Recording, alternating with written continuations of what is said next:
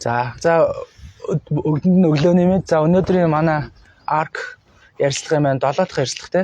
7 дахь ярилцлага эхэлж байна. За өнөөдөр Японы улсад сурч ажиллаж амьдарч байгаа Ганчамгоо нэрсэн байна. За тэгээ Канадад ирсэнд нь баярлалаа. Тэгээд өөрийгөө танилцуулаад өнөөдөр ярилцлага эхлэе.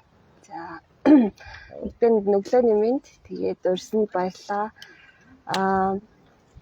Би 2011 онд ангаахыг төгссөн. Миний хэмжээр тэгээд Японд халдвар төвчний дархлаа судлалын чиглэлээр доктор хамгаалаад тэгээд одоо яг тэр чиглэлээрээ дархлаа судлалын тэнхимд ассистент профессор хийдэг.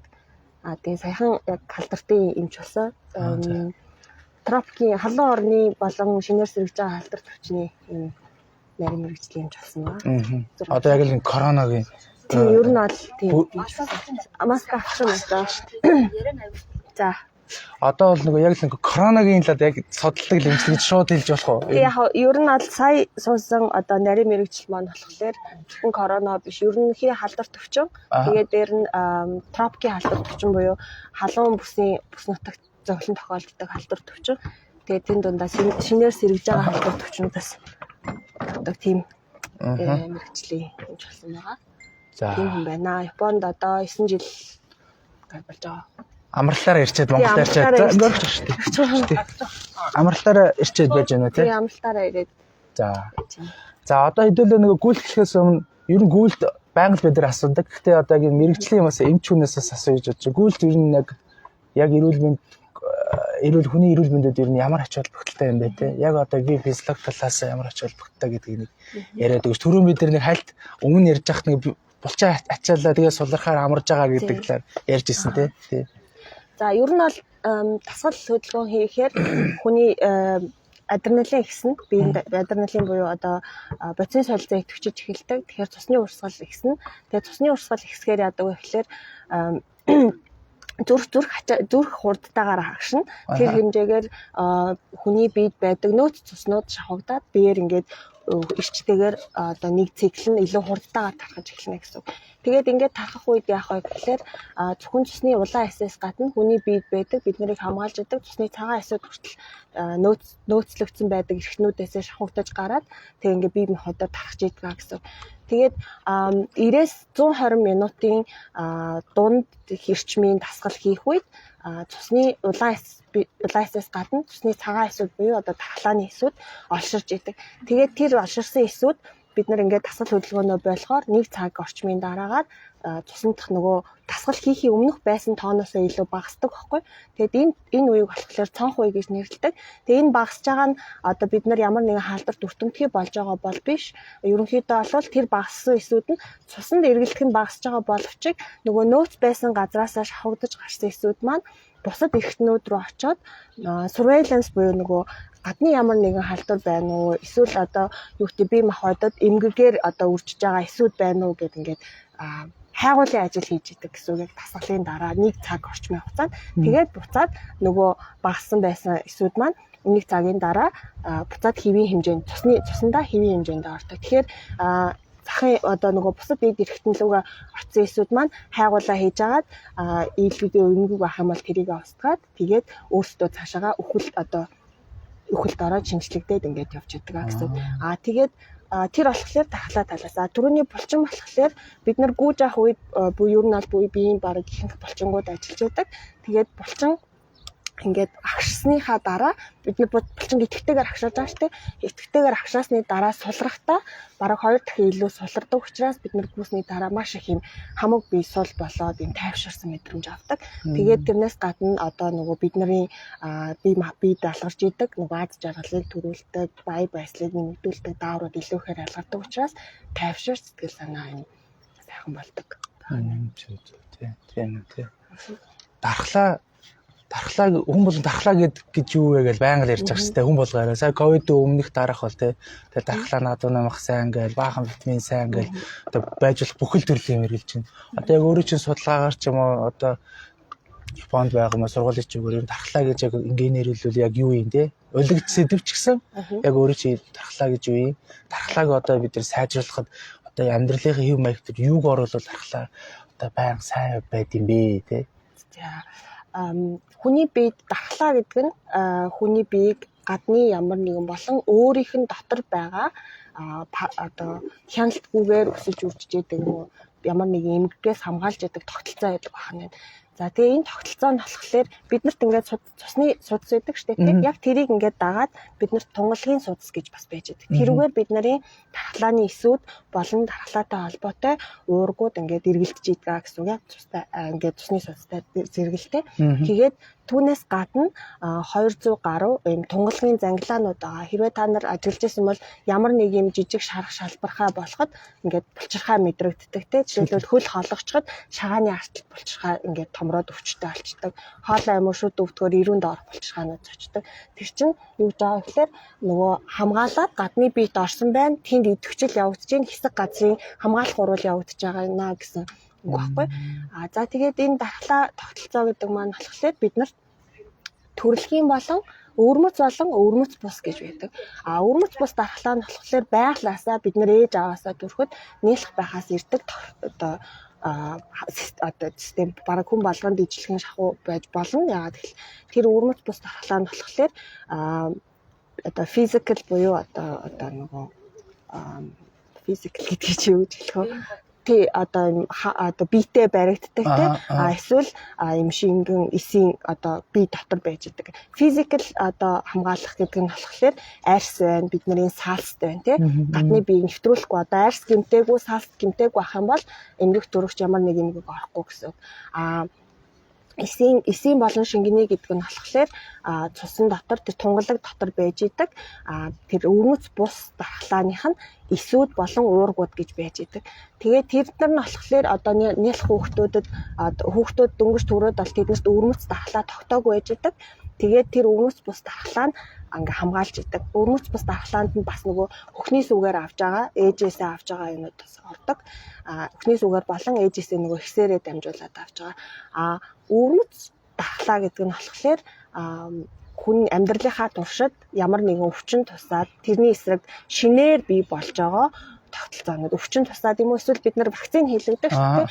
Вакцин болохоор бид нар зохиомлоор одоо албаар гэсэн үг шүү дээ. Ингээд өвөрмөц дархлаа тогтоогоод ямар нэгэн эмгэг төрөгчийн эсрэг хариу урвал үзүүлэх тийм тогтолцоог бий болгож байгаа гэсэн.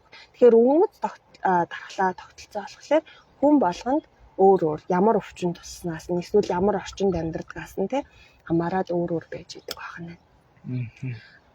Өөр юу гэж асуулаа? Одоо нөгөө дархлааны талаар ямар юм нотлогдсон юм? Тэгээд хүмүүс ингээд нөгөө дархлаа унаад байна, дархлаа багасаад байна гэж ярьдаг те.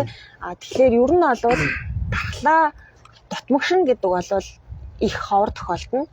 Immune compromise гэж ярьдаг. Тэгээ immune compromise болон гэдэг бол нэг бол та хорт хавдраар өвдсөн ямар нэгэн туяа олон химийн эмчилгээнд орж байгаа. Эсвэл одоо бидний мэддэг HIV дохын халдвар байна те. Дохын халдвар HIV-гийн халдвар дох руугаа шилждэг ч юм уу. Хүнд шатны өвчтэй болцсон хүмүүс эсвэл бүр төрөлхийн тийм дархлаа дутмагшилтай ч юм уу. Тэр нь болохоор байх ёстой дархлааны эсүүд нь дахин цуснда хангалтгүй хэмжээтэй байгаа хүмүүсийг одоо яг дархлаа дутмагшаад байна гэж хэлж байгаа.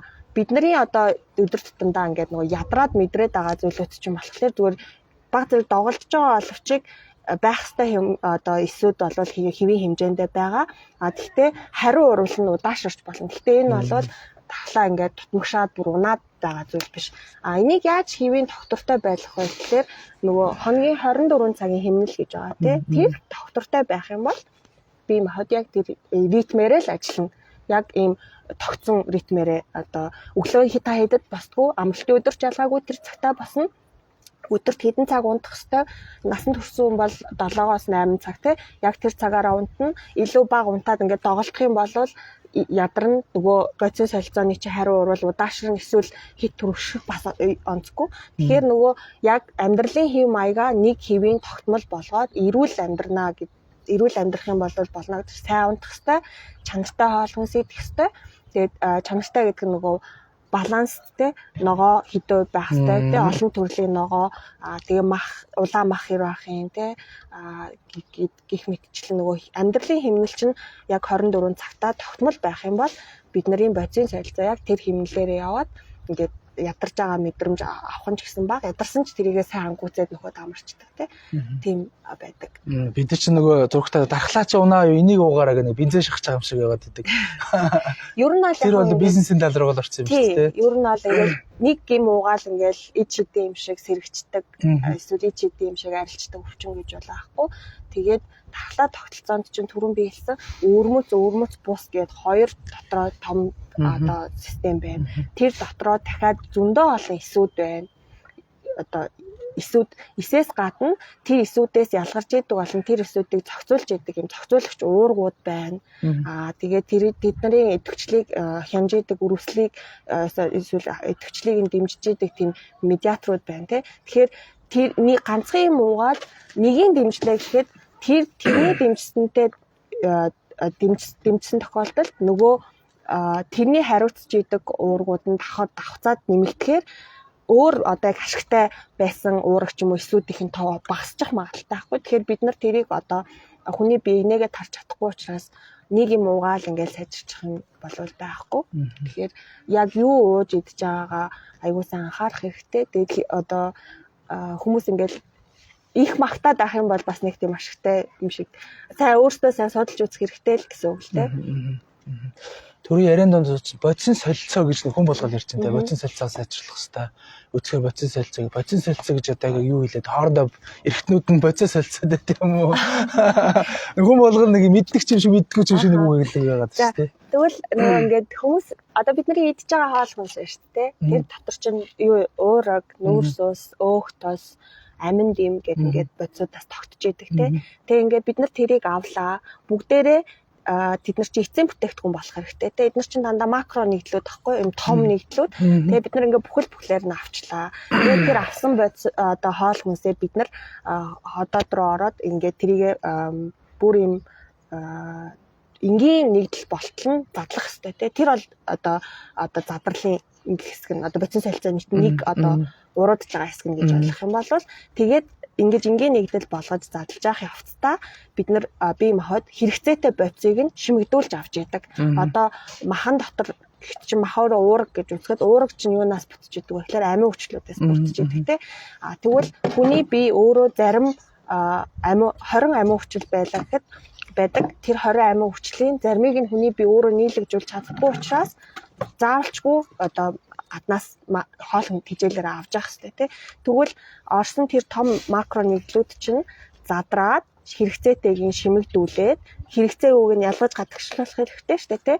Тэгээ гадагшлуулаад тэгээ энэ бүтэн цикл процессыг бодисын солилцоо гэдэг аахгүй аваад буцаагаад гаргаад ийм өксөх уруудах замтай. Тэгээ тэрийг бодисын солилцоо гэж хэлээд байгаа. За сүүлийн хэдэн жил бол нөгөө ковид гэж бид чад байгаа 3 жил амьсгалчлаа шүү дээ. Ковид бараг мэддэггүй хүн байхгүй болсон. Бараг тусаагүй хүн байхгүй болсон. Зарим бүр 1 2 3 дахь тусч. Тэгээд ханиад ирэхээр ковид гэж нэрлэдэг байгаа тийм. Энэ ковидын одоо өмнөх үеийн одоо амьдралын маяг, ковидын дараах амьдралын маяг бүгд өөрчлөгдлөө тийм. Тэгээд таны хувьд ер нь ковидын үеэрх одоо энэ халдвар төвчний үеэрх хөдөлгөөн ер нь ямар байх хэвтэй. Зарим нь бол таг хэвтэх хэвтэй гэдэг. Зарим нь хөдлөх хэвтэй гэдэг тийм. За бид нэр тогтмол юм эрүүл мэндийн хөдөлгөөн хийдэг хүний хувьд зүгээр хэвтэж чадахгүй. Хөлрөөд ч юм уу юу гэхээр одоо юу гэдэг хатаан болцдог тий. Эсвэл нөгөө гэж үзэ бодоод байдаг тий. Хажуугаа ханиад ирэх гээд ирэнгүүт хөлрөхөөрөө гайг болоо халуун цаавах гайг болцдог гэдэг. Өөр өөрөх нь туршлага өөр өөрөх ажиглалтаар ингээд яваад. Таны хувьд одоо энэ ковидын өмнөх дараахан хөдөлгөөн ер нь яг юу гэж одоо харж байгаа вэ тий. Энэ судалгаанууд ер нь байна уу одоо тий. Яг бол өчтөр би нөгөө ярихаа өмнө шинэ судалгаа юу ингээ харж байгаад бол яг нарийн одоо холбоодгийн тогтооцсон судалгаа бол одоохондоо гараг байгаа. Гэхдээ түрүүн би яриандаа хэлжсэн нөгөө хөдөлгөөн хийгээд 90 минут 90-ээс цаг 20 минутын дасгал хөдөлгөөн хийсний дараа нэг цусны цагаан эсүүд буюу тахлааны эсүүд чинь өснө. Захын цуснда цуснд эргэлдэж байгаа цуснда. Тэгээд хөдөлгөөнөө болохоор 1 цагийн дараа багасдаг. Тэр багасж байгаа нөгөө гадны бит байна уугүй юу гэд тэрийг ингээд нөгөө олж илрүүлж устгах гад явж байгаа штэ тий. Тэгэхээр нөгөө хөлсөө гаргаад хөдөлгөөн хийгээд яг өөртөө тохирсон дунд хэмжээний хөдөлгөөн хийхэр чинь өвдөөгүй байгаа үедээ шүү дээ. Тэгэхээр тэр эхлэх гэжсэн ч юм уу дүнгиж орж ирсэн халдвар ч юм уу тэрийг устгах магадaltaй гэсэн үг. Тэгэхээр тэрийг бол яг бүрэн тогтоосон юм бол байхгүй. Гэхдээ ямар ч байсан батлагдсан нь юу вэ гэхээр дасгал хийсний хийгээд хандах бол цагаан эсүүдийн тоо өснө. Тэгээ нэг цагийн хугацаанд багасна. Тэр хугацаанд тэр цонх үе гэж хэлээд байгаа. Тэр хугацаанд нөгөө гадны биет байна уу юу гэдэг бусад эргэтнүүд рүү одоо яг судас чинь болохоор ингээд эргэтнүүд дотроо явж байгаа боловчиг одоо ид гэж байгаа одоо цуллаг хэсгүүд гэсэн үг шүү дээ. Тэр нь лүгээ ингээд нөгөө эсүүд чинь өөрсдөө судаснаасаа гарч очиж одоо байна уугүй юу гэдгийг олж илрүүлнэ гэсэн үг байхгүй. Тэгээд тэр нэг цагийн хугацааны хөвчлэн бид нарын одоо юу гэдэг дасгалаа хийчээд тэгээд нөгөө яг амраад бие суллаад тэгээд тайвширч идэх хэсэг болж тарж байгаа байхгүй тий. Тэгээд тэрний дараа нэг цаг болсны дараа буцаад хэвийн хэмжээндээ тон захын туснаа хэвийн хэмжээндээ очино. Гэхдээ ямар нэгэн ядарсан үедээ өвчин туссан үедээ ачааллаа хэсэг юм бол тий хүнд хэмжээ одоо хүнд ачаалттай дасгалыг тий хэтрүүлэх юм бол энэ бол юу вэ нөгөө дасгал хийсний дараа бид нар ингээ булчин өвдөөл яадаг штэ тэр чинь болохоор нөгөө өрөвсөл явагдаж байгаа гэсэн үг байхгүй юу? Бага хэмжээний яг физиологийн өрөвс одоо байдаг хит их ачаалаад ирэнгүүт энд өрөвсөл байна гэж мэдээд дохио очоод тэгээ өрөвсөл их байгаад ирэх юм бол нөгөө өрмөц бус дархлаа маань шууд итгэвчээд эхэлчихдэг байхгүй юу? Тэнд ингээд булчингууд өрөвсөд эхэлчлээ гэх тэнгүүт улам өвдсөн байгаа дээрээ өөрийгөө ачаалаад ирэнгүүт нөгөө дархлаа чинь хит эрчимжээд тэгээд хит эрчимжээд ирэхээрээ бас биедээ муу сүргөөр нөлөөлнө. Хит их биеийг хамгаалах уургууд ялгараад ирэхээрээ нөгөө бие биентэйгээ сүргөөцөлтөө гэх юм уу? Одоо юу гэж тэгж тайлбарлах вэ? Хит их эрчимтэй ажиллаад ирэхээрээ өөрийнхөө эрүүл эс рүү ингээд давхар хатаглаад ирдэг байхгүй юу? Тийм хэмжээ ихтэй. Одоо ковид бас яг юм байгаа байхгүй юу? Эхлээд яг бид нарыг халуурч авах үед вирусын тоон өсөж байгаад давхлаа хариу урвал үзүүлээд вирусаа ингээд олж устгаад ирэнгүүт л нөгөө өссөн байгаа давхлаа нь шууд вирусынхаа тоотоо уялдаатай буухгүй байгаа байхгүй юу?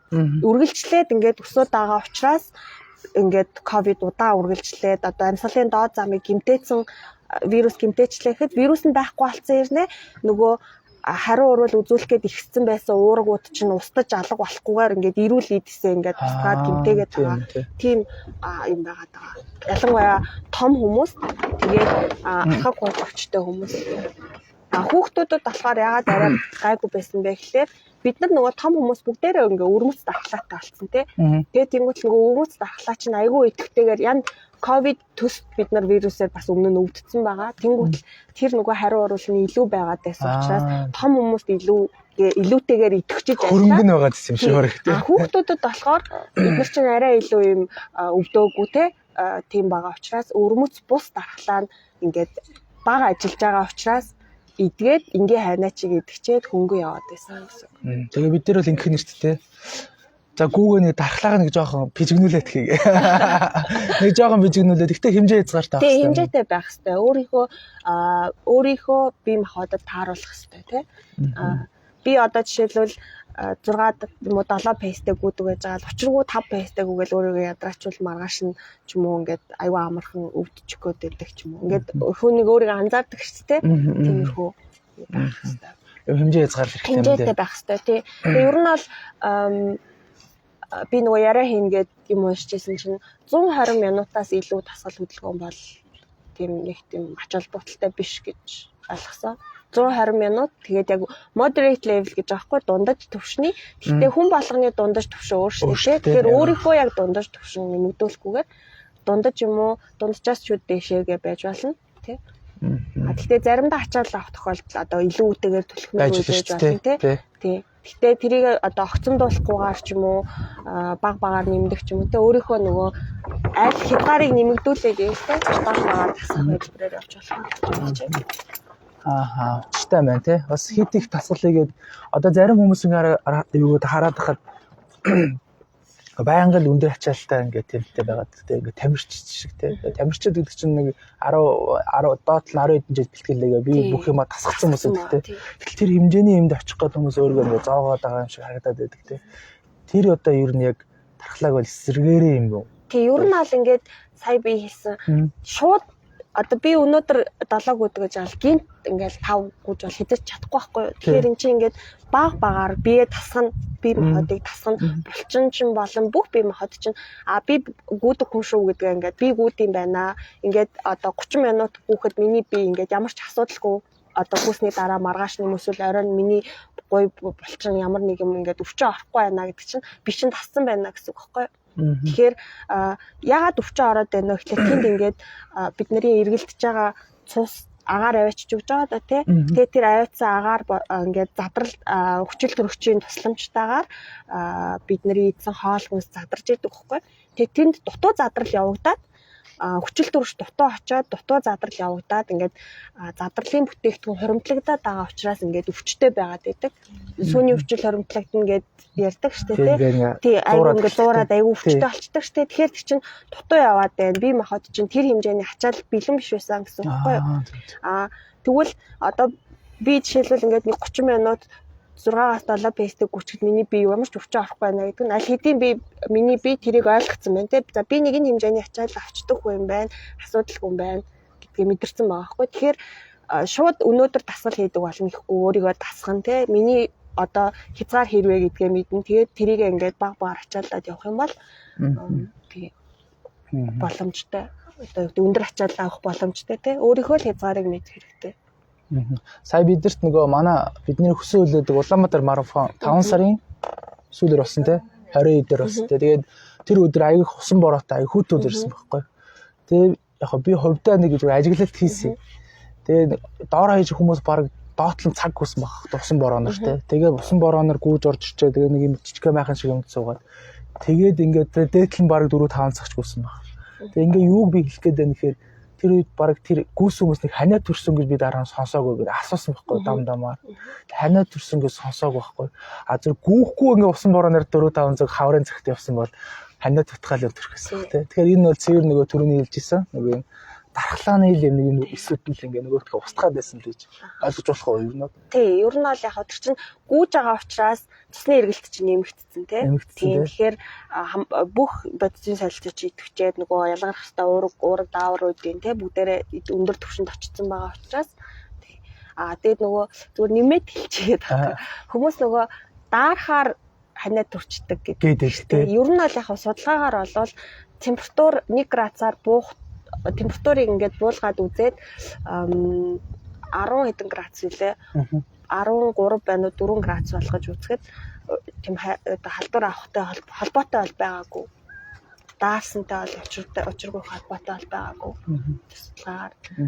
Гэхдээ тэр одоо хүүтэн даарсан нөхцөл хэр удаан байх вэ гэдгээс бас хамаарах байх.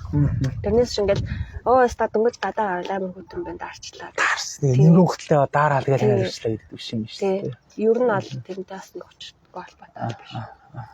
За манай ганаг бидэд манай Golden Club-ийнхэн нөгөө Японд байдаг гэдэг ийм шошгонаа өөртөө ч наацсан. Тэгээ дээрэс нь жирэмсэн байхдаа гүйдэг, жирэмсний дараа гүйдэг гэх тээ. Хүн болгон гээд одоо асуудаг. Тэгэхээр жирэмсэн байхдаа гүйхийн одоо гүйж ирэн болд юм уу?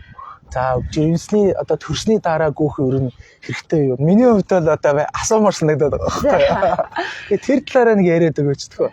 Би бол эмгтээчүүд эмч бол биш. Тэгтээ яг нөгөө эмч учраас хүн өөрийгөө аягүй сайн мэддэг байх хэвээр. Тэгээд дээр нь ямар үед аюултай вэ, ямар үед зогсоох вэ гэдгээ мэдчих хэвээр. Тэгээд би нөгөө яг жирэмсэн гэдгээ мэддэг сар хурдаа нэмдэг сар байсан бохгүй юу? За хурдаа нэмэгээ тий. Тийм тэгээд би юуныхаа хяналтынхаа хэмжээтэй зөвлөсөн чинь яг нөгөө хэлдэг гэсэн. Өөрийнхөө хэмжээний moderate хэмжээний дасгалыг өдөрт 30 минут хийхэд ямар ч асуудал байхгүй. Гэхдээ одоо аюултай шинж нь юу вэ гэхлээр доошоогоо цус гарах, цус болон цусрахаг солиа юу гэдэг те доошоогоо гарах. Дээр нь ингээд манайхан тонус гэж яриад байдаг те. Хөтрэж биш умаа чангараад тэр чангарж байгаа нь дасгал хөдөлгөөн хийсний чинь дараа зогсохгүй 24 цагаас илүү хугацаатай үргэлжлэх юм бол шууд эмчт хандах хэрэгтэй. Тэр бол аюултай шинж тэмдэгээ. Хавгнах бол зүгээр. Хавгнах, даралт ихсэх хоёр хавсрах юм бол аюултай. Тэгээ даралтаас хянана гэсэн үг те. Тэгээд дээр нь нөгөө хянуулж авах бид нар ингээд жимсний хяналтанд явж байгаа чээсэндээ уураг үзүүлж идэг штэ те. Чээсний уураг нэмэгдээд ирэх юм бол тэр аюултай. Тэгэхээр яг аюултай шинж тэмдгүүдээ мэднэ гэсэн үг. Тэгээд нөгөө эмч нар ингээд тонустай гэдэг жирэмсэн ээжүүдэд айгүйх ингээд хоон суулгачтай юм шиг санагдаад байдаг байхгүй. Тэгтээ тонус бол байгаль. Яагаад тэгэхээр умаа өөрөө булчинлаг хэрэгтэй. Умаа дотор ураг үүсэж байна гэхэр чинь тийм дотор юм байхаар мэдээж булчин учраас эсэргүүцнэ. Тэгээ эн чинь жижигхэн матгсан гар шиг юм байж байгаад нөгөө чинь ингээд сард ингээд томорж байгаа шүү дээ тий. Тэгэхээр тэр хэмжээгээр эсэргүүцнэ. Тэгээд ингээд хүмүүс ойлгохдоо тоонустай байхаар хүүхдэн чихэлтэй байдаг гэж ойлгоод байдаг. Хүүхэд усаар хүрээлэгдсэн ихэс дотор усан дотор байгаа. Тэгэхээр хүүхдэд умаа мянган агсан ч гадуур нь усаа учраас хүүхдэд ачаал ирэхгүй. Тэгээд зүгээр яагаад жирэмсэн ээжэд дасгал хэрэгтэй вэ гэхээр яг түрүүний адилхан дасгал хийхээр цусны эргэлт нэмэгдэн хүүхдэд очиж байгаа цус нь нэмэгдэн яг адилхан байхгүй ээжэд ямар үйлчилгээ ирж байна хүүхдэд яг адилхан үйлчилгээ. Тэгэхээр өөрийгөө сайн хянана тэгээд аюултай шинж тэмдэг илэрхнэ үзнэ тий. Тэгээд өөртөө тохирсон дасгал хөдөлгөөнийг хийнэ гэсэн. Тэгээд би яг нөгөө гүйд сэлэх дуртай усанд болон гүөх дуртай байсан учраас эхний ер нь бол нэг эхний 2 эхний 6 сартаад бол ямар ч асуудалгүй гүйж болж исэн. Тэгээ нөгөө гид томроод ирсэн чинь 2 дахь жирэмслэлтэйсэн учраас 1 км юм уу эхний сүүлийн сар хүртэл бол километр гүйгээд ингээд доошо тулаад байсан учраас ялцчгүй зогсож исэн. Тэгээд аюу халахж исэн. Тэгээ нөгөө жин имхгүй байхад маань бас аюу төхөмтэй ах болов гээд. Тэгээд яг анзаарсан хувь хүн дээрээ анзаарсан юм гэхээр би эхний жирэмслэлтэн дээрээ маш их хавгнажсэн байхгүй. Тэгээ ажил маань жоохон суугаа. Тэгээ ингээд жоохон суучгаар аюу хавгнаад тэгээ ингээд аюу очиргүй хичээн нэмээгүй ч гэсэн хавандаа айгүйх төртөжсэн.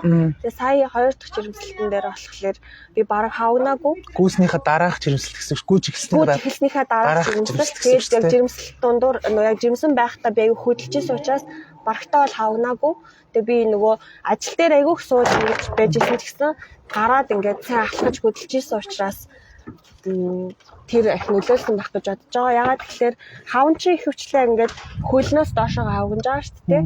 Тэгээд энэ болохоор нөгөө цус байгаа шүү дээ. Цус чинь эсүүд болон шингэн буюу плазма гэдэг юмас тогтож байгаа. Тэгээд тэр плазмын шингэн хэсгүүд нь ингээд судасны ханаар нэвчээд идрүү гараад ингээд бид нар хавн гэж яриад байгаа байхгүй. Тэрийг тэгээд хөлийн энэ булчин ялангуяа хураагуур судсууд нь ингээд цусыг өөрөө ингээд шахаж чаддгүй байхгүй юу? Дээш нь түлхэж чадахгүй. Тэгээд энэ хөлийн ирээн булчин агшчиж суцыг гаднаас нь ингээд шахажиж бид ингээд дээш нь хөөж идэг байхгүй юу? Тэгэхээр таг хөдөлгөөнгөө суухаар чинь нөгөө булчин маань агшихгүй. Тэгээд дээр нь хэвлийн хөндийн жирэмслэлтээсээ болоод хэвлийн хөндийн даралт угаасаа ихсэн. Тэр хэсгийн цусны эргэлт ингээд ерөнхийдөө жоохон саатсан маш тэ. Тэгэхээр ингээд доошогоо хаван их үүсчих гээд байдаг. Тэгэхээр хэдий сууж ажиллаж исэн ч гэсэн алхаад юм уу гүүгээд явхаар нөгөө булчин автоматар гаднаас нь ажиллаулаад нөгөө суцаа ингээд агшаагаад байгаа учраас хавн ер нь ингээ хөөгдөөд бага байсан. Тэгэхээр гүйсэн дараах бол гүйсний дараах бол илүү юу байсан. Буцаад хэвэнд одоо юу их хөнгөн жирэмсэлсэн гэх юм уу? Жинж баг нэмсэн. Дээр нь хавнгүй байсан учраас их хайтаахан байсан. Төрсний дараа болохоор дөрөв би ярьжсэн нөгөө өөрийгөө анзаарч агаад нэг 2 сартай болсныхаа дараачаас гүйл зүгээр юм болов уу гэж хэлсэн. Би яг нэг 2 сар хүргээл гүйсэн санагдчихээн. Тэгээд давсгаа суллаад хөхөө саагаад юм уу гүйт суллаа тийм маш сайн юм хөдөлгөөнгүү тийм хөвчтэй эсвэл чээж ч юм уу дардаг тийм юм зүүж гүйхгүй болохоор нөгөө зарим хүүхнүүд сүү сайтай болохоор ингээд бүр ингээд нэлээд томорчдаг. Тэгээ ингээд гүүхээр яг ингээд амар их савлаад Тэгээд тэр нь ялгаагүй нөгөө савлж байгаа учраас тэр чинь ингээд хөхний зөндөө булчирхаагаа тэр булчирхааг тойроод бас зөндөө олон тунгалгын зангилаалууд байгаа. Ингээд нэг 30 минут цаваад гүйчихэр чинь нөгөөх нь бас мэдэрч байгаа байхгүй юу? Ачаал өгөөд тэгээд би бол халуурсан ихний орой тэгээд за ер нь их сайн хөхний дараалал зүүжиж гүөх хэрэгтэй байна гэж бодсон. Тэрнээс биш бусдаар бол ачаал бол байгаагүй. Тэгээд сэтгэл санаа дэмжиж нөгөө яг ингээд хүсний дараа амарч байгаа. Өшөө дээрээс нь 30 минут хүүхдээсээ хаалга ах чинь бас их тайвшрал өгнө тий. Тэгээ 30 минут ч юм уу цаг ч юм уу тий хэр удаангууд тий. Тэгээд тэр бол ингээд ээжид бол аюух хэрэгтэй гэдэг юм лээ. Заавал гүүн ихгүй гараад алхсан ч юм уу тий. Тэгэхээр тал талын ач холбогдолтой юм. Нэг хүүхд гарсан дараа эмэгтэйчүүд их стресстэй шүү дээ тий. Тийм. Тэгэхээр жоох ингээд зай авч одоо юу гэдэг тий. Та ганцаараа байх боломж олгож байгаа болохоор зүгээр санагдав. Төрөний бас ганчимгийн хэлжсэнээс юу гэдэг сануулал их нөгөө гүүж эхлэегүй чи жимсэн болонгоостой шүү гүүсэн гэж бас тэр бол биш шүү тий. Өмнө нь бас тодорхой хэмжээний хөдөлгөөгөө бие тасгацсныхаа ар дээр бас тий энэ ч өөр шүү гэж хэлгээд байна. Тэгээ би бас юм нөгөө одоо зарим тогтмол гүйдэг хүмүүс шиг тогтмол гүйдэг хүн биш л тий. Тэгээд яг жирэмсэн гэдгээ мэдчихээд за би ямар нэгэн хөдөлгөөн ихгүй бол айгүй хичээн нэмэн угаасаа айгүй идэх дуртай хүн болохоор хэмжээ хязгааргүй жин нэмж учраас за ингээ хяналттай байх хэрэгтэй гэж бодоод за би угаасаа жоохон гүйдэг тэрэн дээрээ өөрийнхөө ачааллыг нэмэхгүйгээр л гүйчихье гэж батсан. Тэгээ юм ч бас нөө хяналтын юм ч бас зүгээрээ чи гэхдээ ямар нэг одоо аюултай шинж тэмдэг гэдгээ айгүй сайн мэдчих хэвээр түрүү миний хэлсэн доошоо цуслах хог юм гарах нөгөө умаа ахарч байгаа тооноос өгж байгаа тасгал хийсний дараа сулрахгүй 24 цагаас илүү удаан хугацаар үргэлжлэх даралт ихсэх тэгээд цуснд одоо уураг шишээсэнд уураг гарах тэд нар тэгээд мэдээж гүйсний дараа юм уу гүйж юм уу ямар нэг тасгал хөдөлгөөний дараа толгой өргөх ингээд нүдэнд ингээд дод мод гэлбах ч юм уу тиймэрхүү шинж тэмдэг гарах юм бол ер нь цогцоогоод эмчтэй хандах хэрэгтэй. Тэр аюултай шинж тэмдгэл мэдчихвэл дундаж хэмжээний тасгал хөдөлгөөн бол ямар ч аюулгүй байсан. Тэгээд эмчтэйгээ бас зөвлөх хэрэгтэй. Хувь хүний онцлог байгаа. Зарим хүмүүс архаг суурь өвчтөй ч юм уу ямар нэг юм эсрэг заалттай, хариулах заалттай байж болно. Тэрийг бас мэдчихэж одоо тасгал хийх хэрэгтэй гэж бодож байна. Тийм бах те миний хувьд одоо бас ийм жирэмсэн болохоор хүмүүс ингээл налаагаал ингээл өсгөд гутлаа багсаал ингээд алхдаг байсан хүмүүс ч хажууд гүгээд ихээр тэрэнд стресстэй байсан байхгүй. Туршлагаас их юм бол. Гэтэ ер нь бол тийм хүний нөгөө бие физиологийн онцлог баг тийм ямар ачааллыг яаж авах вэ гэдэг л баг тийм. Тэгээ тэр нөгөө тонус гэдэгт бол би бусад одоо аюултай шинж тэмдэг илэрхгүй бол тонусыг учиргүй ингээл яана би тонустай гэж өөртөө давхар одоо стресс өгөх шаардлагагүй гэж боддоо. Яа тэгэхээр нөгөө жирэмсэн үед одоо сэтгэл их хөдлөлтөй холбоотой байдаг дааврууд их хэмжээтэйгээр ялгарч идэг. Тэгэхээр би өөрөө ингээд яана энэ авч байгаа шүү гэд бодох тусам миний нөгөө бодолтой сөрөг бодолтой маань холбоотойгоор улам их хацуулах өгнө. Тэгэхээр тонус бусад ямар нэг аюултай шинж тэмдэг байхгүй бол тонус бол байгалийнхаа би ингээд амарчих юм бол дагаад амарчнаа. Гэтэ тэргүй умаа булчинлаг юм чин гэд ингээд өөрийгөө тайвшруулдаг тийм байгаасай гэж хэлмээр санагдтыг. За бидэд нөгөө ганаагаа болохоор Японы ганаа л гэдэг болохоос үнэхээр юм ундаг тийм ийм чиглэлээр сурж байгаа барьж байгаа хажууд хүн эрдэнэ мэддэг байдаг шүү. Байж исэн мэлээ. Тэгээд нэг богинохоо хугацаанд Монгол дээрээ буцаж байгаа учраас аль болох юм айтайхан асуулууд асуу гэж хичээгээд нэг юм уг нь бэлдсэн. Тэгээ яг тулаад ирсэн чинь ярианыхаа юунд нь ороод ингэ явчихлаа.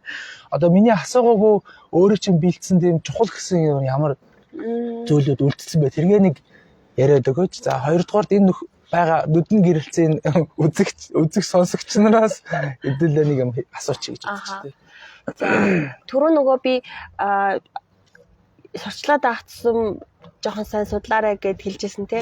Гэхдээ хэрвээ та ямар нэгэн амин дэм болон шаардлагатай уурагуудаа хоол хүнсээр хангалттай авахгүй байгаа цуснд чинь бага байгаа гэж үзэх юм бол тэрийг нэмэлтээр уух нь зөв. Жишээлх юм бол омега 3 витамин D гэдэг тийм бид монголчуудын хоол хүнсэнд угаасаа их тотмогшилтай байдаг. Тэгээд дээр нь нөгөө ялангуяа витамин D болох юм бол нөгөө нарны тусж байгаа өнцг нь яг ашигтай тусдаг өнцг нь Монголд их богинохон өдрийн ерөөсө 2 цаг тийм хэдийн амар нарлаг орно ч гэсэн биднэрт их тотмогшилтай байдаг учраас тэрийг бол ууж хэрэглэх нь зөв. Нэмэлтээр тийм ээ. Нэмэлтээр. Гэхдээ одоо маш олон төрлөх байна. Тэгээ ингээд зааврыг харахаар одоо тэдэн миллиграм хоногт авч байгаа тун чинь тийм юм гэсэн байна тий. Яг тэр шашин дээр байгаа хэмжээгээрээ агуулж идэггүй юуг болол одоо би бол мэдгүй. Тэгэхээр яг тийм нь аль вэ? Сайн судалж үзэх нь тий. Уух гэж байгаа юм аа. Тэгээ ингээ амаарч орж байгаа юм чинь таны биед ороод ямар үйлдэл үзүүлэх вэ гэдгээ маш сайн одоо судлах хэрэгтэй. Ингээд хүний хэлснээр ингээд өө энэ сайн гэсэн гээд ууж болохгүй байна тий. Өөрийнхөө л төлөө ууж байгаа юм чинь тэгээд цуснах эрдэс байц одоо юу гэдэг надад юу шаардлагатай байна вэ гэдгээ үзүүлээд хоол хүнсээр хангалттай авахгүй байгаа гэж үзвэл тэрийг бол ууж хэрэглэх нь зөв.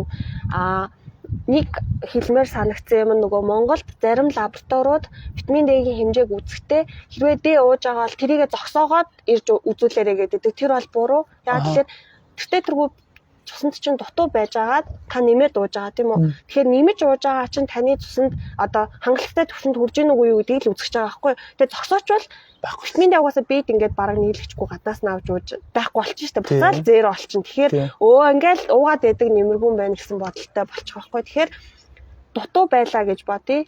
Нэмэлтээр 3 сар ч юм уу 2 сар ч юм уу ууж байгаа маань үр дүнтэй байна уу гэдгээ шалгуулахын тулд ууж байгаа чихтэй өгнө. Тэгээд тогтсон хэмжээнд хүрсэн байх юм бол би яг зөв ууж байгаа юм байна. Миний ууж байгаа яг таарч байгаа юм байна гэж үзэх юм байна. Зогсоохгүйгээр тий. Дээж болно, омега 3 байж болно тий. Кальц, магний өөр ямар одоо нэмэлтээр витамин хэрэглээ уух хэрэгтэй гэж хэлсэн байна. Тэрийг гэтээ эмчийн заавар зөвлөгөөр заавар. Тий, одоо яг тий. Зарим хүмүүс болохоор дутагдал нь бүр их нэлээд бага байх юм бол тэр чинь схемээр цогцлтын тунгаар өгж ингэж хэвийн төвшөнд нь аваачаад тэрийг ингээ хэвийн болгож барьдаг уудаг байх нь.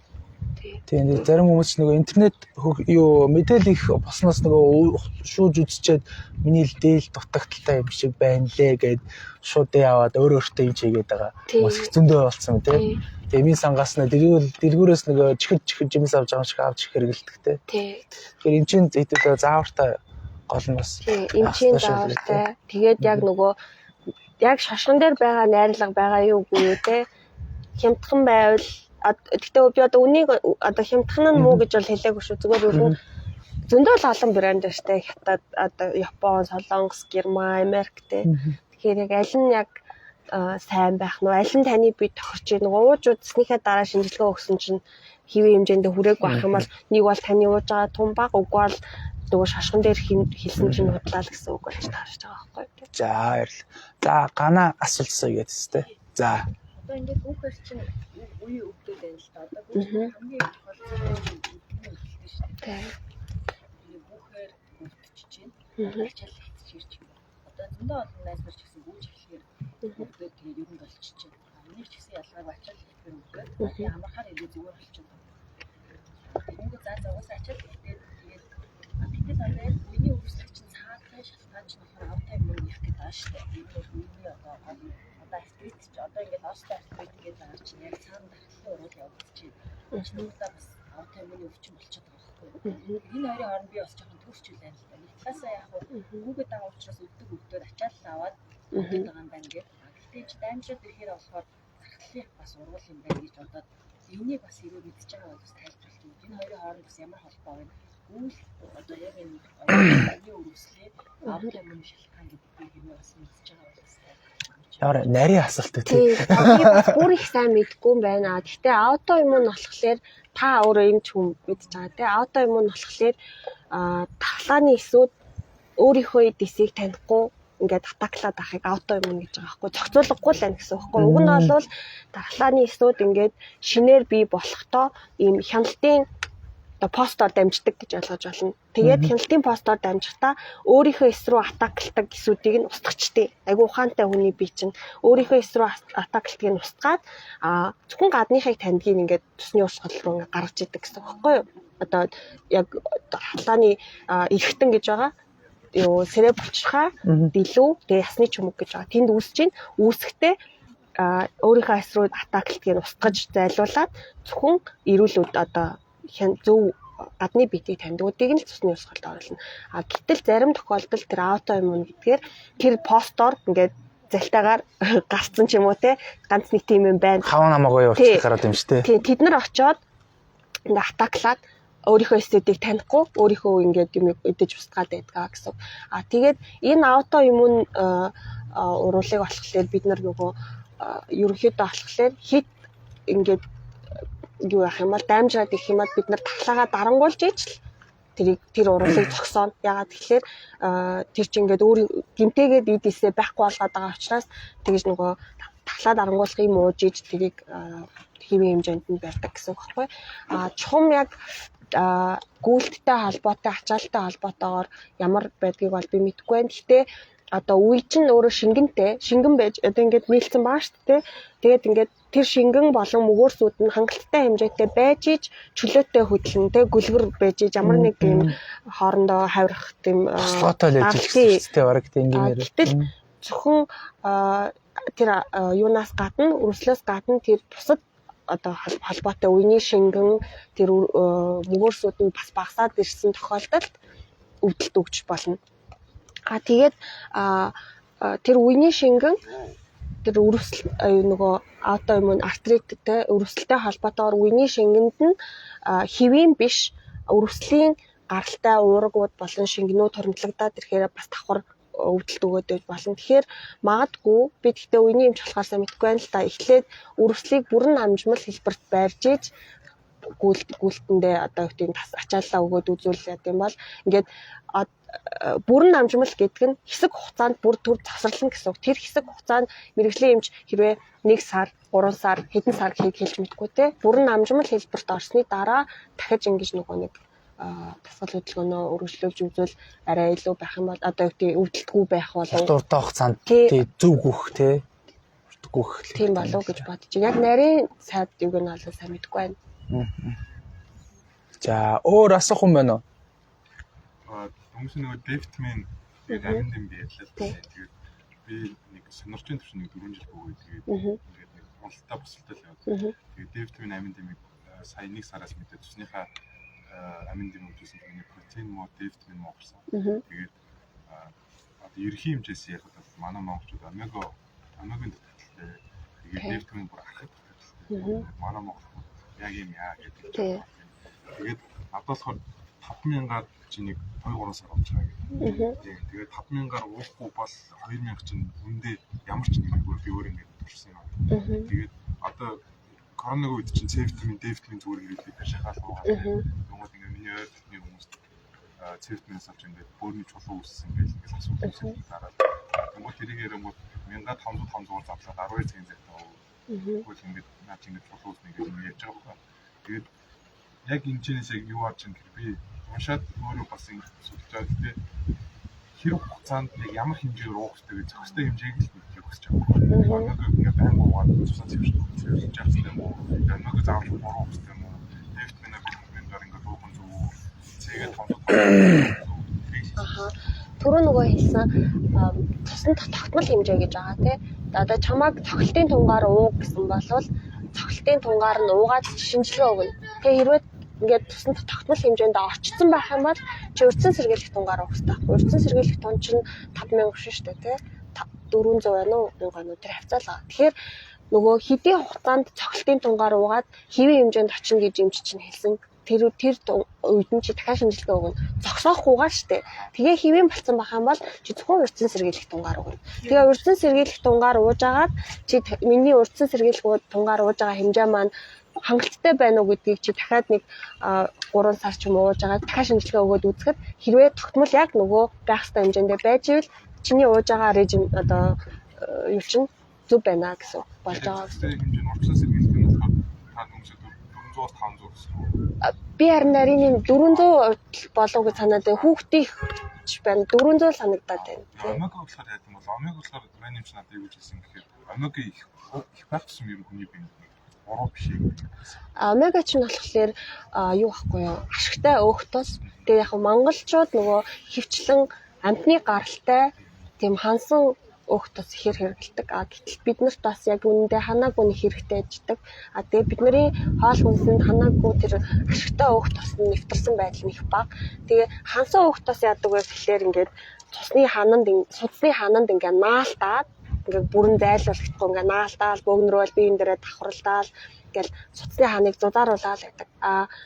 Ханаагүй нь болохоор ингээд урсаад гараад ингээд ашигтай бодис солилцоонд ороо гараа авчдаг гэсэн үг л дээ. Тэгэхээр балансыг нь барихын тулд ууж иж болно. Тэгээд биднэрт гол нь хамгийн гол нь тэрийг нөгөө хоол хүнсээрээ зохистой авч чадахгүй байгаа болохоор тэрийг бол ууж иж болно. Чи гэхдээ цуснд бас нөгөө өөх тосны хэмжээг үздэг. LDH HDH гэдэг. Тэр чинь юм баланстай байх хэрэгтэй. Тэгээд чиний тэр ашиггүй гэдэг муу өөх тосных нь хэмжээ их байх юм бол тэрийг бууруулах гэж үзсэн. Бууруулна. Тэгээд ингээ балансыг нь барайл ууж агаал чи нөгөө шинжилгээ өгч үзэх нь шүү дээ. Хэдэн сарын дараа тэгээд хэрвээ бүх норм чинь байх хэвээр норм хэмжээндээ байж ивэл чиний хэрэглэж байгаа хэмжээний ашигтай чиний бие зүгээр нөлөөлж байна л гэж үзсэн гэсэн. Омега 3 6 скейл эсвэл омега 6 скейл эсвэл омега сид гэж гадар их зарж байна. За. Би омега скейл байна. Тэр хэмжээг зүүсэн гэхээр омега 3 6-аас болохоор гэж бодож байгаа. За. Цэвэр омега 3 аваад тэнгуудаа нөгөө омега 3 чинь дотроо өтгөн шингэнээс нэг ялгаатай нэг бас DHA илүү PG. За. Тэнгуудаа тэр өтгөнийг өгч үзүүлж байгаа. Энэ дээр хэрэг яа юм бол.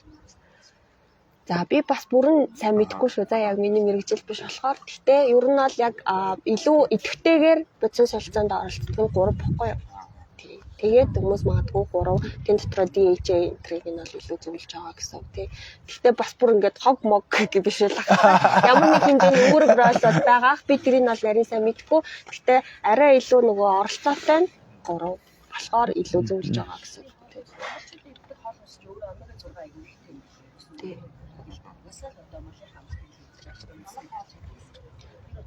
Омега 6 ихтэй гинэ. Бидний Идж байгаа ерөнхийдөө хоол нь бидний монголчууд идж байгаа л. Одоо цагаан эдэж ч гэсэн бол яг арилтаа учраас эргээд нөгөө омега 6-гийн агуулгын төлөвтэй учраас бид яг нэмэлтээр омега 6 энэ хоёр чинь бас баланс ус байдаг юм байна. Тий. Байх хэрэгтэй баланс. Бидний ерөнхийдөө одоо энэ жанрын монголчуудад омега 6-гийн хэрэглээ асар их өндөр. Энийг тэр сайн хэрэгжүүлэх омега 3-аар бас ууж иж. Тий, баланс. Нэмэлтээр бол монгол хүмүүс омега 6 уугаад шаардлагатай. Тий. Яг л омега 3 хэрэгтэй болж байгаа. Би бас сонстер нэг хэлчихье. Нэг судалгаа байсан. Адууны махны хэрэглээтэй. Адууны маханд омега 3 хэмжээ бас нэлээд өндөр байдаг. Тэгээд би групп дээр шеэрлчнаа 7 хоногт хэдэн грамм гэсэн бэ? 250 байна уу грамм адууны мах хэрэглэж байхад ер нь бол бид нар хангалттай хэмжээний омега 3-ыг тэр адууны махнаас авчих боломжтой юм байлээ.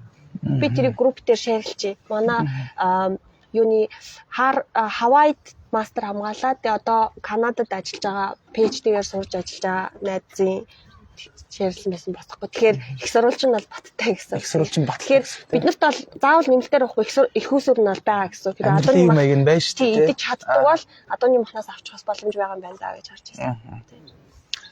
За өөр асуулт. За гана. Өмнөх ярианаас тэгээд нэрсэн байх. Эрдэс байсан. Тий.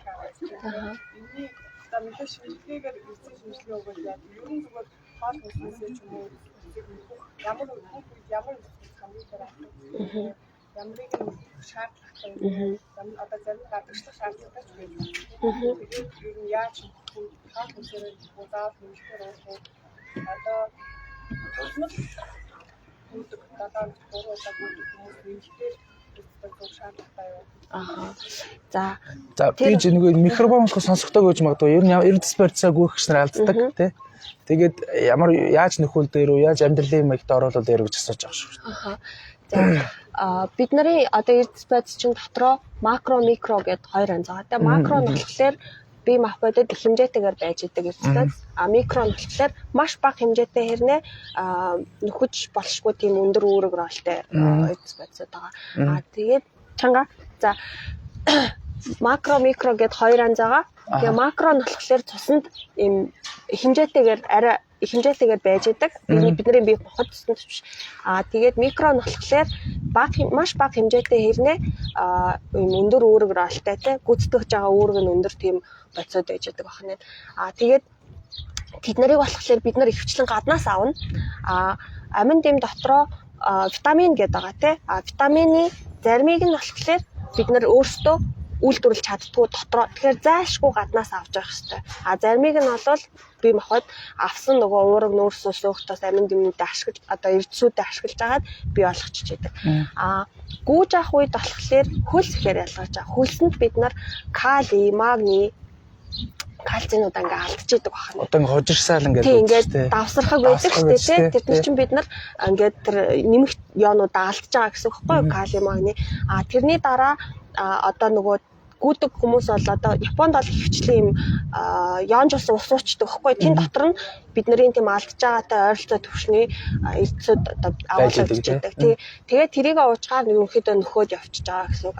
Монголд хэрвээ тийм юун дутуу болвол тэгээд хэрвээ таны цуснд юу төвшин нь хоол хүнсээрээ авч чадахгүй байгаа л те тэрийгэ нэмэлтээр ууж тарах нэ. Тэгээ уухтаа ялгаагүй нөгөө таны цуснд байгаа төвшин чинь хэд байна те. Яг тэр төвшөндөө л барина гэсэн. Тэгэхгүй болохоор нөгөө зарим элементүүд чинь түрүүн хэлсэн микро элементүүд аа штэ те. Микро элементүүд ихсэх юм бол хорлогын төвшөнд очиж болохгүй гэсэн үг байхгүй. Тэгэхээр хэдийн хэмжээтэй гууж иж одоо урьдчилан сэргийлэхээр уух юм уу?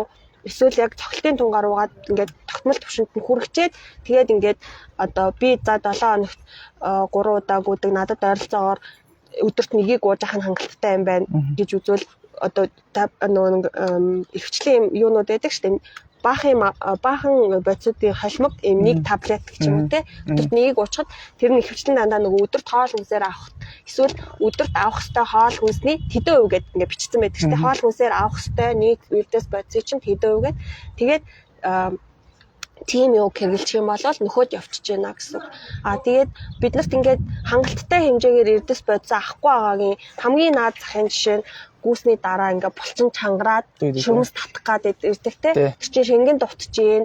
Хангалттай хэмжээний булчингийн агшлалтанд оролцдог эрдүүд дутдаг чинь кали, кальций те. Тэд нар дутагдж байгаагийн шинж واخгүй. Тэгэхээр тэрийг нөхөж өгөх хэрэгтэй байх юм байна. За нэлээ асуулт байна. За зарим хүмүүс ингэдэг шүү дээ. Булчин болгорсон үедээ дахиад цалаа үргэлжлүүлээд тэгээд үйл зүгээр болно гэдэг шүү дээ. Тэгээд ер нь булчин болгорсон үедээ үргэлжлүүлэх хэрэгтэй юм уу? Хэдэн хоногтой айгүй болтол нэлээх хэрэгтэй юм. Тэр булчин болгорно гэдэг чинь түрүүний нөгөө нэг өндөр ачаал чи өөртөө байх хэмжээтэйгээс илүү өндөр ачаал аваад дутуу задрал явагдаад нөгөө гадагшлах шууд боловсруулагдаад гадагшлах хэвээр юм чинь чадахгүй ингээ хоримтлагдчихад байгаа байхгүй. Тэгэхээр тэр булчин амраа задартлан хүлээнэ гэсэн. Тэгээд дараа нь өргөжлүүлнэ. Тэгэхгүй ингээд задарсан байгаа дээр бишүүлээ ингээ хоримтлагдсан байгаа дээр чинь нэмэх юм бол улам л нөгөө ингээд дутуу цикл явагдаад бүтэн цикл явахгүй гэсэн үг байхгүй. Тэгэхээр тэрийг гүйцэд амраасан зөв. Тэгээд нөгөө хаасаа дурцсан өдөрт ер нь 120 минутаас ихгүй ер нь дасгал хийх хэрэгтэй гэсэн тийм. Энэ л хараа яг нэг тал 120 минутыг яаж яах вэ? Яг нэг өдөртөө ингээд нийлээ 120 хэлж байна уу? Нэг дор. Одоо 90-с 120 минутын мод дундаж төвшний дасгал гэж байгаа байхгүй. Тэгэхээр тэр хэмжээний нэг дор ачаал авсан бол тэгээд амраана. Бие хамраах нь зөв. Тэгээд сайн уу дасгал хийсний дараа нөгөө цагаан эсүүд ингээд гадагшлаад тэгсээ дараа багсаад ирсэн шүү дээ. Тэр болохоор яг тодорхой дасгалын хугацаатай байна уу? Эсвэл нөө заавал 60 минутаас дээш хийвэл энэ урвал явах юм гэж юм уу? Тэр болохоор яг юу байсан бэхгүй юу? Судалгаа байсан.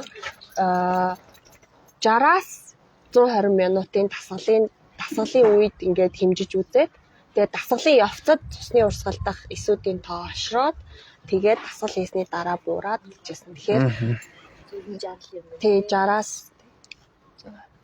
тэр судалгааныхан дүү шүү. Тэгэхээр гэхдээ яг ингээд бид нар 30 минут гүйсэн ч гэсэн тодорхой хэмжээнд бидний нөгөө нэг зүрхний цохилт нэмэгдээд цусны урсгал нэмэгдэж байгаа шүү дээ. Тэгэхээр үр дүн бол байгаа л гэж үзэж байна. Заавал нөгөө үргэлжлэх хугацаанд богиносч байгаа магадгүй тий. Тэглээ тий. За тэгээд манай ер нь клубын ярьцлагууд бол нөгөө монголчууд нөгөө мэддгүү ч юм байхгүй, мэддэг ч юм байхгүй. Тэгээ мэддгүүгээ мэддгүү гэдэг тий. Тэгээд хэн нэгний амаас ам дамжиж ярьдаг тий. Тэгээд тийм бас тэр зэгцлэх тий. Бас нэг тийм цаанаас жижигхэн зорилготой. Өнөөдрийн тэр ярьцлагт маань ирээд ингээд шижлэг ухаанч байдлаар юм судалгаатай ингэж ярьсан. Ганада маш их баярлаа. Тэгээд Гана энэ өнөөдрийн судалгаа гэхээс илүү тэгээд өнөөдөр ярьцлага гэхээс илүүтэйгээр одоо Японд очиод Монголын одоо хүмүүсийн эрүүл мэндэд одоо нийцсэн олон судалгааны ажил хийгээд одоо судалгааны ажилд нэг амжилт хүсье. Тэгээд Ганада өнөөдөр ирсэнд маш их баярлаа. Тэгээд нөгөө хамттай яриа болгон юм богинохон байдаг. Богинохон байлгуул зүгээрээд гэж бодож байгаа. Тэгээд надад маш их баярлалаа. Баярлалаа. Баярлалаа. За өнөөдөр баярлалаа хэдүүлээ. Монгол хоол хүнснээс одоо ингээд янз янзын юм аавсаа ингээд ер нь Монгол хоол хүнснээс хамгийн сайн дахлаад хэмжиж байгаа юм хүмүүс байна. Яг тий, яг гоё асуулт байна тий. Халуун чанарын ялангуяа бид нар нөгөө юм хүүтэн уур амьсгалтай шүү дээ. Өвөл их юу байдаг амар хүүтэн. Тэгэхээр халуун чанарын хоолоос нөгөө адууны мах түрүү омега 3-аар баялаг гэж хэлсэн тий. Тэгээд тэрнээс гадна өөр адууны маханд агуулгадчихэдэг юм өндөр ашигтай ханаагүй өөгтос болон уургууд байгаа тий. Адууны мах байна. Эсэлтүүлсэн бүх төрлийн сүүн бүтээгдэхүүн. Одоо эсэлтүүлсэн гэдэг нь тараг, ариг, одоо ааруул, аарц бүгдээрээ дандаа ягаад гэхэлэр тэн дотор чинь өстой бидний ярьж идэг нөгөө пробиотик, пребиотик бүгдээр байгаа байхгүй юу. Тэгээд пробиотикийг одоо нэрээ бас хасан тэрийг ялсэлчгөө. Хүмүүс ингээд пробиотик байвал сайн гэж яриад байдаг тий. Одоо ашигтай бактериуд гэтэл ашигтай бактерийн тоо хэмжээнээс илүүтэйгээр нэг төрөл нь олон байх хэрэгтэй. Тэгжиж олон байх тусмаа тэд нар ингэж хоорондынх нь өрсөлдөөн ихтэй одоо тэнцвэртэй байна хоорондоо ингэж ашигтайгаар амьдрантай. Тэгэхээр нэг ийм олон төрлийг угаад байхаасаа илүү ямарыг ууж ийн гэд. Тэгээд өшөө бас Солонгосын хийсэн судалгаас нөө Монголын бүр ийм хөдөө ийм айлд очоод бүр хөдөөний айлд очоод шинжилээд үзсэн чинь одоо яг нөгөө ааруул тэдний өтгөнд хийсэн шинжилгээ байгаа байхгүй. Гэтэл огт бүр юм бүртгэгдээгүй бактери тэдний өтгөнд байсан 2-3 нэр төрөл. Тэгэхээр илүү их биднэрт байдгүй тийм өдөртэй бактериуд тэр хүмүүст байгаа. Тэр хүмүүс биднээс илүү одоо юу гэдэг хоол тэжээлийг боловсруулаад шимэгдүүлдэг гэсэн үг байхгүй. Тэгээ энэ ашигтай бактериуд яагаад бид нар заавал хэрэгтэй гэдэг вэ гэхээр бид нар ихвчлэн ингээ бүдүүн гэсэн байгаа тий. Нөгөө хэрэгцээтэй бодисыг ингэж бие рүүгээ шимэгдүүлэхэд тэд нар их тусалдаг задлан тэд нар задлахад оролцсон шимэгдүүлэхэд ч оролцсон. Тийм болохоор тэр бактериудын тоо толгойноос гадна төрөл зүйл нь олон байх хэрэгтэй байна тийм. Тэгэхээр одоо яг хөдөө айлын одоо тэр нөгөө айраг бүрдэг айргийн юм хөхүүр чинь аюух удцсан ингээ харахаар юм нэг юм хэр дааг болцсон жоохон шижиг хүрмээр ч юм шиг байдаг шүү дээ. Яг үнэндээ тэнд чи яг нөгөө байгалийн эсэлт нь явагдаад байгальд байгаа бактериуд нь өсөж үржээд те хэрэгтэй нүлдээд хэрэггүй нээж байгаа гэсэн үг байхгүй. Тэглээгээд түүхийсэн өнтер бол биш те яг юм эсэлдүүлсэн юмнууд гэсэн үг байхгүй. Тарагнаас чинь бид нар аарцаа гаргачих чинь өөр юу гаргаж байна. Ааруулаа гаргаж байна тий. Эсцэн тэн дотор ашигтай юмнууд нь амьдарч байгаа. Тэгэхээр тэд нар л илүү гэж үзэж байна. За бодож байна тий. Гоё юм ээ тий. Жижигээс болчихсон. Нөгөө Монголд нарны гэрлийн тусгал нь ашигтай 2 цаг байдаг шүү дээ. Яг тэр цаг 9-11. Бид тэр яг 9-11 байна. Одоо хэд болж байна?